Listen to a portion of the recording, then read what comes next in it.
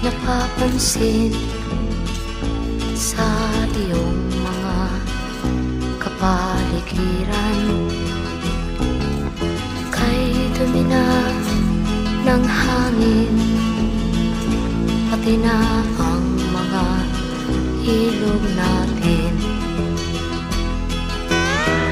Hindi nga masama ang pag-unlad, at malayo-layo na rin ang ating narating. Ngunit masdan mo ang tubig